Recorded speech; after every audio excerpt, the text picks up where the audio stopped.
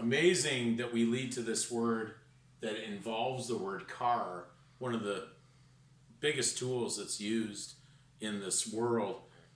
We know it's an unnatural thing, and we always wonder how it all came about. A lot of people don't realize that most of the inventions that we're using today are coming from demonic supernatural channeling.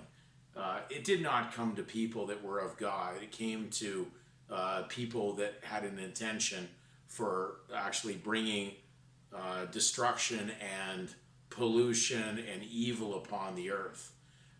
These were not people of God. You may want to give them credibility for some reason as thinking they're very wise that came up with these things, but these are inventions. Inventions are not creation. Inventions are basically the false thought of trying to be God and then bringing things in that are not real, not true, not natural. So when we go to Carcass, it leads to the word a dead body. Now we know that the only legal person known to the law is the body corporate, which means a dead body.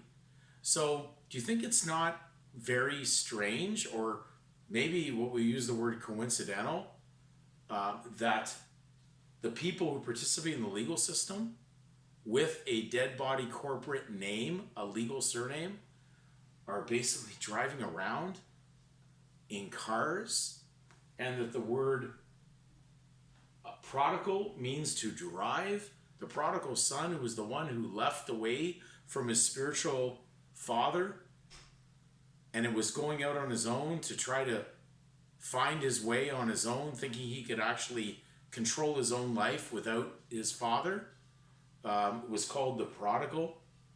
So now we're going to go to the word carcass. Samuel Johnson's Dictionary, 1755. A dead body of an animal. Body, in a ludicrous sense, and then it says a kind of bomb. Very interesting, it would go to that. Well, I can relate to all the violence and terrible and evil that goes on actually connecting to these words. It doesn't surprise me. But we're dealing with basically the idea of a dead body. And then it even said an animal.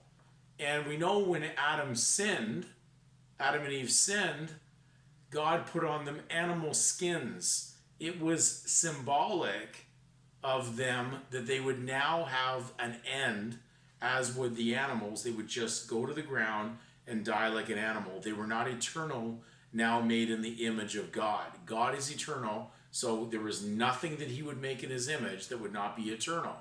Only when man entered into sin and debt did his life end up in corpus, corruption, dead state.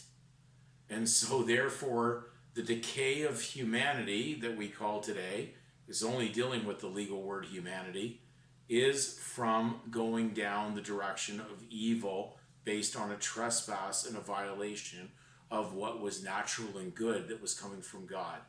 We have to look at the connections for these words because they're very important.